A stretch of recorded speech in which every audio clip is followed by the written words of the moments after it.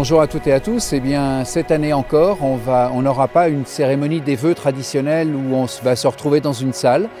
Et justement, comme on est des gens raisonnables, eh bien, on a voulu faire quelque chose qui ne vous fasse pas prendre de risques. C'est-à-dire, vous souhaitez la meilleure année possible de 2022 et vous parlez un peu de ce qu'on a fait en 2021. Saint-Gervais, c'est une magnifique commune et derrière moi, vous avez le magnifique paysage qui nous appartient. Il faut en être fier. Le Mont Blanc, on a réussi à le protéger. Grâce à vous, grâce à l'aide que vous avez apportée, on a pu, avec le président de la République, prendre un arrêté de protection de cette magnifique montagne. Pourquoi? Pas pour le plaisir, simplement pour préserver l'avenir et pour faire que les générations futures puissent en profiter. Alors Saint-Gervais, c'est une commune, une station familiale, on y vit bien et il n'y a pas de différence entre celles et ceux qui y habitent et celles et ceux qui viennent y visiter ou les résidents secondaires ou les gens qui ont choisi d'y passer leur retraite. On est une grande famille et il y a des choses pour tout le monde. Et puis on peut être fier aussi d'avoir réussi une belle chose cette année, c'est la confirmation de la 4e fleur. La confirmation que le travail global de nos équipes, des habitants, est récompensé nationalement. 4e fleur, plus un prix spécial pour la valorisation de notre patrimoine. C'est dire que Saint-Gervais sait se maintenir au sommet. Et c'est ce qu'avec l'équipe municipale, je souhaite que l'on puisse continuer. Mais qu'on puisse continuer sérieusement. À Saint-Gervais, on ne souhaite pas faire prendre de risques à nos habitants et à nos visiteurs. On a ouvert un centre de vaccination pour justement permettre aux habitants, à ceux qui travaillent, aux saisonniers, à ceux qui veulent du pays du Mont Blanc, se faire vacciner. On a ouvert quelque chose pour que justement on participe aussi à l'effort de protection. Se protéger et protéger les autres, c'est l'exemple qu'on doit suivre. Je vous invite maintenant à découvrir les projets qui ont été réalisés dans nos villages, le Fayet, Saint-Gervais, Saint-Nicolas-de-Véros, le Béthais. Et puis vous allez être accompagné par des guides que vous allez découvrir tout au long des films. Et je vous souhaite donc une belle promenade et un beau voyage à Saint-Gervais.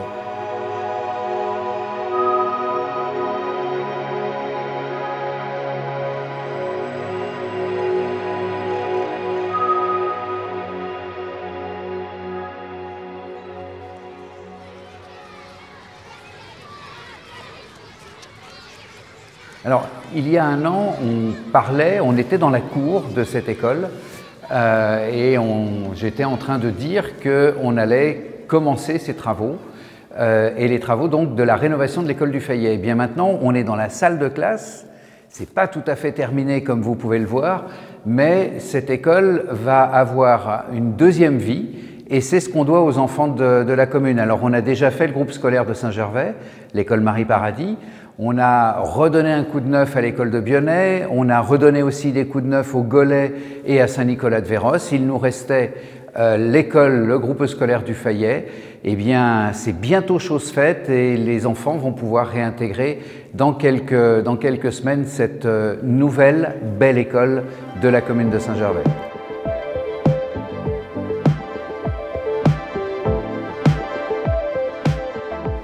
Le Béthais, c'est un endroit merveilleux pour tout Saint-Gervais, pour toute la commune. C'est là où, effectivement, on apprend à faire du ski. Ça m'amène à parler de ce qu'on a fait aussi pour les jeunes à Saint-Gervais. Et cette année, on a fait des équipements un peu plus d'été, un peu plus de printemps, un peu plus d'automne, que sont le skatepark, le bike park, et qui sont venus compléter le pump track. Et on a, dans la plaine des Prats à Saint-Gervais, quelque chose qui a été fait pour les jeunes et par les jeunes. Alors en fait, c'est avec un groupe d'amis qu'on a voulu s'investir dans la vie de la commune. Alors du coup, on a fait des réunions avec les élus et le maire pour pouvoir trouver quelque chose à faire pour les jeunes de Saint-Gervais, pour la tranche 15-25 ans à peu près. Et également réussir à garder les jeunes de Saint-Gervais sur la commune. Alors on a créé un bowl pour diversifier la pratique de la glisse sur Saint-Gervais. Il y avait déjà un pump track. On a voulu faire un bowl pour les personnes plus compétentes. Et à l'issue de ces réunions, les travaux ont commencé directement pour attaquer ce chantier de ces deux infrastructures, donc le bowl et le bike park. Donc pour une ouverture extrêmement rapide, début d'été 2021. À côté de ça, on a effectivement des sportifs et des sportifs dans beaucoup de sports que la commune de Saint-Gervais souhaite soutenir. Alors on a bien sûr notre grande vedette qui est Lohan Bozolo qui va partir aux Jeux Olympiques. Et puis on a de nombreux sportifs dans tous les sports, dans le trail, dans le judo, dans le ski, dans beaucoup de disciplines qui font qu'on essaye de donner le petit coup de pouce qu'il faut aux jeunes de Saint-Gervais pour qu'ils aillent le plus haut possible dans leur quête de sport.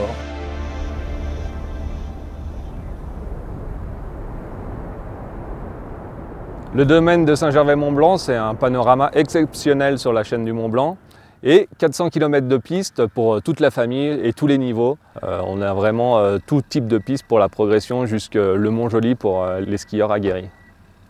Ouais, ça fait plus d'1 an et demi qu'on n'a pas exploité en hiver. Donc là, tous les collaborateurs étaient très excités de recommencer une belle saison et en plus, elle commence vraiment très bien. Avec énormément de neige, on a exploité le premier week-end sous le soleil. Là, toute la semaine, il va faire beau, donc tout est au vert pour passer une très bonne saison. Alors cette année, on va inaugurer le nouvel espace débutant au sommet du Mont d'Arbois. Alors c'est un espace garantie neige puisqu'on est à 1840 mètres d'altitude avec le panorama sur le Mont Blanc pour les parents et des pistes très adaptées pour l'apprentissage du ski avec une première piste vraiment pour les primo-débutants avec un tapis pour remonter et 2 pistes desservies par un téléski qui permettent la progression, une piste verte très facile et puis une piste verte intermédiaire on va dire. Et dès l'année prochaine, on va remplacer donc, le télésiège de l'Arbois. Donc voilà, on remplace cet appareil de 1977 par un nouvel appareil dernière génération débrayable 6 places. C'est un endroit aussi très attendu puisqu'il y a de très belles pistes, 3 pistes, une noire, une rouge, une verte. Il y a aussi un enneigement exceptionnel, c'est un peu notre frigo, on arrive toujours à produire de la neige là-bas. Et puis on va créer aussi une piste verte depuis le sommet des Monts Rosset pour pouvoir doubler la télécabine, c'est-à-dire on va pouvoir prendre le Mont Rosset plus le télésiège de l'Arbois pour arriver au sommet du Mont d'Arbois. Alors on est aussi ici au Béthay, sur un endroit qui va être un peu magique dans 3 ans, en 2024, puisque la télécabine Saint-Gervais-le-Béthay va être entièrement rénovée et sera mise en service en décembre 2024 et elle sera suivie en 2025 par la réfection du télésiège du centre de Saint-Nicolas-de-Véros par un télécabine ou un télépulsé.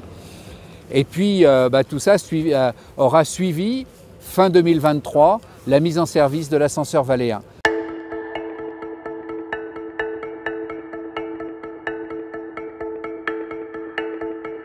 Alors en 2023, il va y avoir un projet d'envergure, c'est l'ascenseur Valéen. C'est vraiment une vision très moderne de l'aménagement de la montagne, avec un appareil qui va partir de la gare SNCF et qui va arriver au bourg de Saint-Gervais, qui est conçu pour pouvoir fonctionner à l'année, pour répondre à tous les enjeux de mobilité pour les habitants de Saint-Gervais, les étudiants, les travailleurs. Et vraiment, c'est vraiment la mobilité du futur, puisqu'on va pouvoir s'affranchir de la dénivelée du Fayet à Saint-Gervais, et puis créer des mobilités douces sur les plateaux du Fayet et les plateaux de Saint-Gervais. Cet ascenseur valéen qui est un mode de transport quand même révolutionnaire, c'est-à-dire qu'il permet aux gens d'aller d'un bourg à un autre, de celui du Fayet à celui de Saint-Gervais, à des lycéens de descendre ou de remonter de leur cours sans être obligés de faire de l'autostop. Bref, c'est quelque chose qui est moderne, qui sera respectueux de l'environnement et il va être situé justement à côté de cette gare. Cette gare qui va faire l'objet d'un vrai toilettage et plus qu'un toilettage puisque ça va devenir un pôle d'échange multimodal dans le cadre d'un projet qui est en cours de construction avec la région Auvergne-Rhône-Alpes, SNCF Gare et Connexion et le département de la Haute-Savoie. Et ici, on va trouver tous les modes de transport, que ce soit des modes de transport doux, que ce soit le train qui vient des grandes lignes nationales, le Léman Express, le Mont Blanc Express qui vient de Martigny, le tramway du Mont Blanc qui va avoir une gare toute neuve dont les travaux vont commencer au printemps. On a quelque chose qui va être magique pour Saint-Gervais et magique pour les générations futures. C'est-à-dire qu'on a créé au travers de l'ascenseur valéen et au travers du pôle d'échange multimodal l'outil pour les générations futures. Et ça, on peut être fier. On peut être fier que les habitants nous accompagnent sur ces projets-là. On peut être fier que les élus soient soudés autour de ces projets-là. Donc bravo. Et je pense que dans 2 ans, fin 2023, on verra passer les cabines de l'ascenseur Valéa.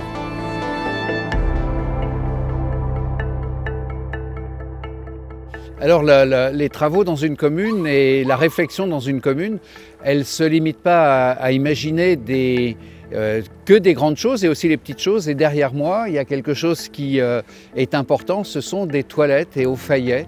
Depuis des années, il n'y avait pas de toilettes publiques. Eh bien, c'est chose faite. Et on est sur effectivement un parking qui ne peut pas grandir, donc il faut imaginer d'autres solutions.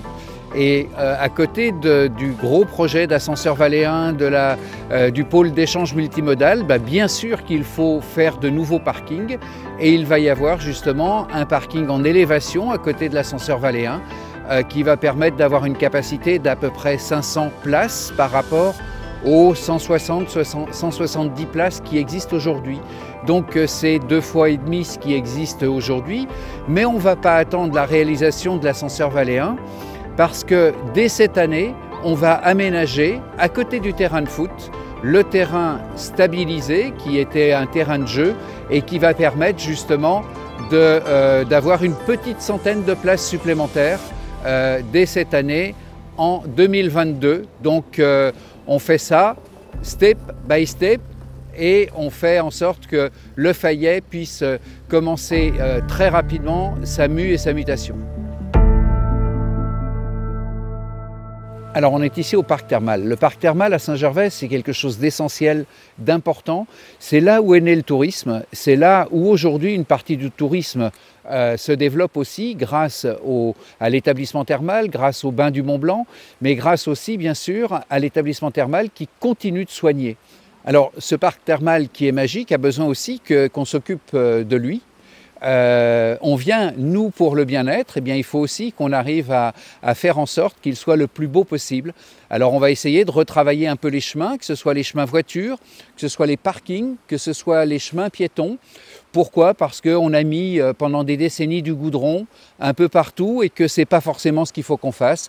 Aujourd'hui, il faut faire des choses plus intelligentes. Donc c'est ce qu'on va faire et c'est ce qu'on veut faire de ce parc pour que ce ne soit pas qu'un lieu de passage avec une voiture, mais que ce soit un endroit où les enfants, les familles, les curistes eh bien, aient envie de rester après leurs différentes activités.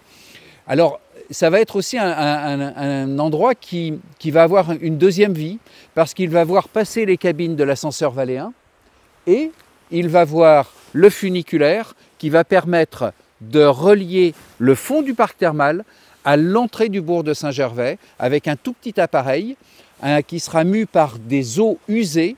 On utilise non pas de l'eau propre mais de l'eau sale pour faire baisser une cabine ou monter une cabine.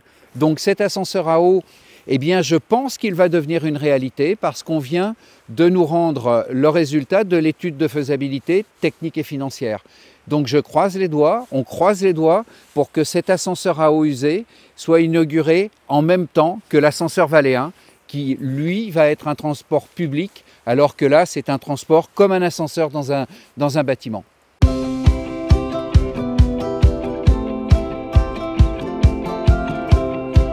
Alors quand on se promène dans une commune et quand on se promène à Saint-Gervais, au Fayet, à Saint-Nicolas, où tout est propre, tout est bien ordonnancé, on n'imagine pas que derrière ça, il y a des femmes et des hommes qui travaillent au quotidien pour que tout soit le mieux possible pour nous les habitants. Eh bien ces gens-là ont besoin aussi d'avoir des lieux de travail qui soient des lieux confortables pour travailler, pour préparer les choses.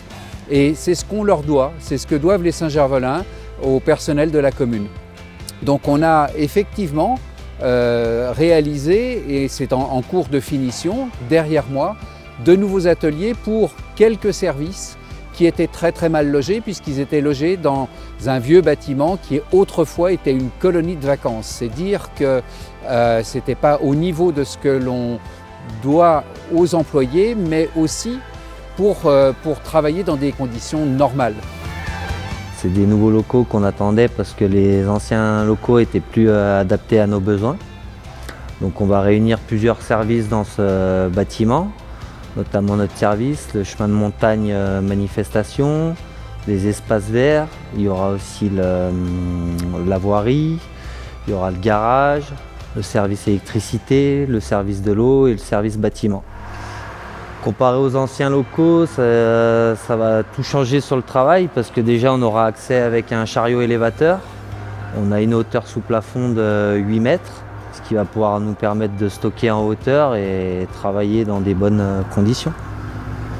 Donc le bâtiment est terminé, c'était une chose promise.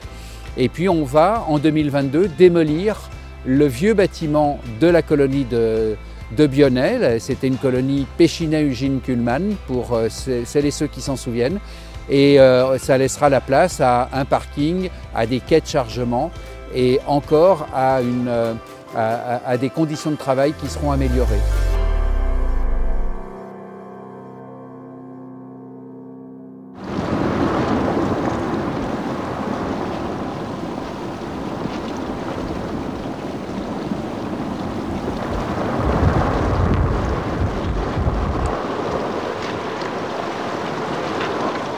Gérer une commune de montagne, c'est effectivement faire des travaux comme dans toutes les autres communes, c'est-à-dire qu'on nettoie, on bouche les trous, on taille les arbres, on fait plein de choses.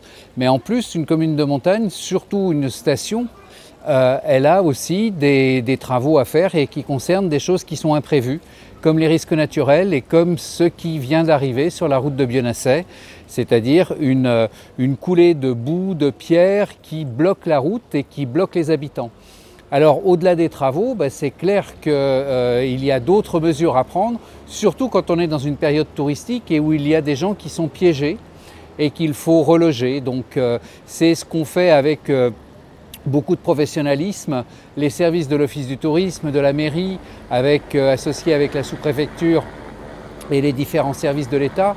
Mais voilà, ça peut faire partie du quotidien. Eh bien, ça a été notre quotidien de cette fin d'année 2021 et de ce début 2022.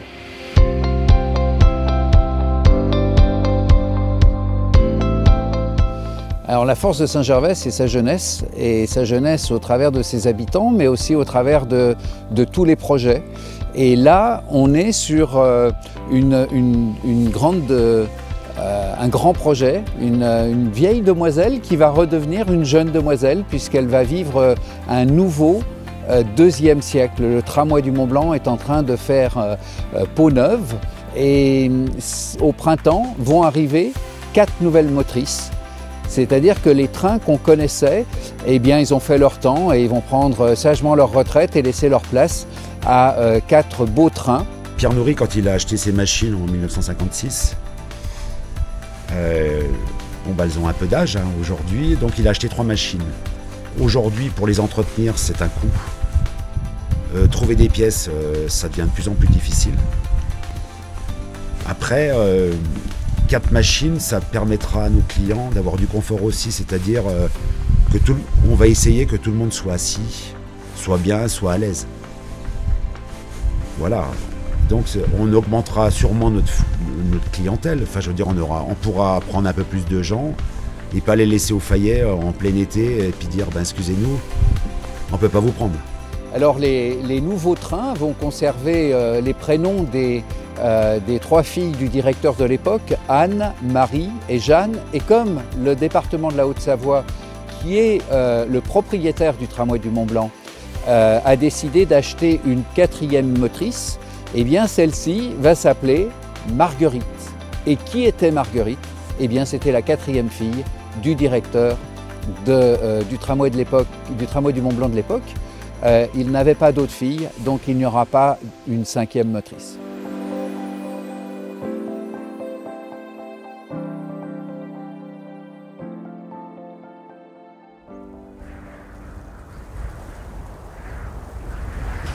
Alors l'agriculture, c'est aussi le cœur de la vie de Saint-Gervais. C'est une activité qui est importante à côté du tourisme, à côté du commerce, à côté de l'artisanat. L'agriculture est l'un des piliers économiques de Saint-Gervais. Et l'agriculture, ça se décline aussi bien en bas qu'en haut, En haut, effectivement, la commune a fait énormément d'investissements, d'efforts pour permettre aux jeunes agriculteurs, parce qu'à Saint-Gervais, il y a beaucoup de jeunes agriculteurs qui ont repris soit le flambeau des fermes existantes, soit qui ont créé des fermes. Ici, on est chez Thibault et il a une chèvrerie, il a une activité qu'il a créée, qu'il a montée, c'est magnifique. Eh bien, on a pu faire des alpages pour permettre aux agriculteurs d'avoir justement la partie haute. Elle est importante, la partie haute, mais la partie haute, elle est aussi importante que la partie basse. Il faut aussi permettre aux agriculteurs d'avoir une activité sur la partie du village, du Fayet, de Saint-Gervais, de Saint-Nicolas-de-Véros. Alors là, c'est beaucoup plus compliqué effectivement, parce que l'agriculture aujourd'hui, elle est confrontée au problème de la raréfaction des terrains dans nos villages, parce qu'il y a des gens qui construisent, il y a des gens qui vendent leurs terrains, et effectivement, c'est un problème demain pour l'agriculture. Alors c'est un problème auquel, bien sûr, la commune de Saint-Gervais est sensible et on veut essayer de trouver des remèdes. On ne fera pas de miracle. On a peut-être quelques pistes et débuts de solutions avec, par exemple, la reconquête de terrains qui ont été peut-être un peu abandonnés, un peu délaissés parce que la mécanisation les a rendus peut-être plus compliqués à entretenir. Eh bien peut-être qu'il faut se réatteler et faire qu'on puisse avoir de nouveaux terrains au niveau de nos villages.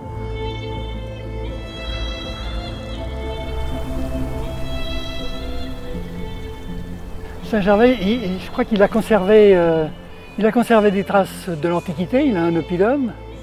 Il a conservé des traces nombreuses des maisons fortes du Moyen-Âge et de la période moderne.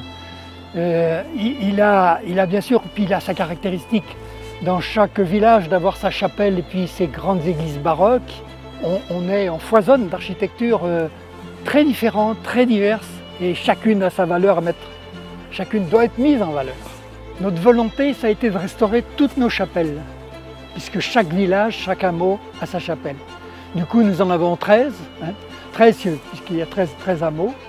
Et nous avons déjà restauré les deux plus belles, les châteries et les plans.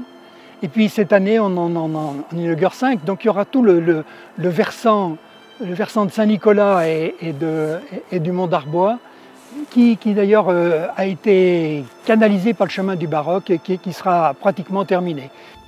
On est à Saint-Nicolas, dans un endroit qui est un peu atypique, c'est le cimetière, mais c'est un endroit qui est important parce qu'on avait promis aux Saint-Nicolatins d'agrandir ce cimetière et c'est ce que l'on a fait. Donc aujourd'hui, c'est une parole qu'on a respectée. Saint-Nicolas a un cimetière qui est agrandi et a aujourd'hui toute la vie aussi d'un village où il y a encore une école, où il y a encore une épicerie, où il y a effectivement de nouvelles activités, mais il faut rappeler que Saint-Nicolas s'est développé grâce aussi à toutes celles et tous ceux qui sont tombés amoureux du village et qui ont impulsé son changement. Et puis bien sûr notre grand chantier actuel, ça sera ce qui est derrière nous, la maison du curé. C'est là qu'on avait tous nos signes de vie, la naissance, le mariage, le décès, la mort, les trois temps forts de la vie se faisaient à la cure. La cure était toujours ouverte. Et en créant ici un pôle de patrimoine qu'on pourrait appeler la cure, eh bien, on pourrait se retrouver, d'autant plus que la cure pour nous, c'est aussi la cure thermale. Puis la cure, c'est le bien-être.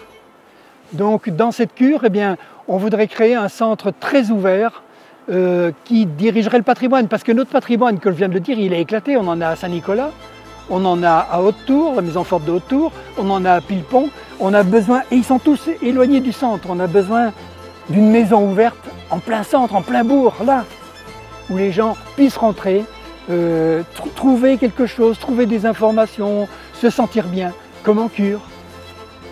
On va prendre son soin de patrimoine.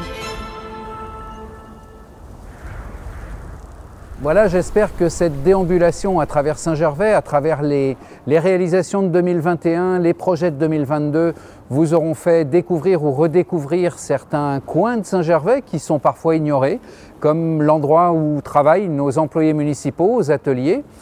Et puis Saint-Gervais, c'est une commune intelligente. Et qu'est-ce que l'intelligence? C'est la faculté de s'adapter. Donc nous nous adaptons à toutes les situations, y compris à la pandémie. Et on espère bien sûr vous voir sur tous les événements que nous pourrons faire pendant cette année 2022. Pendant les vacances de Noël, il y a eu la Fête des Lumières. Nous aurons bientôt en janvier la Coupe du Monde de télémark, une magnifique épreuve.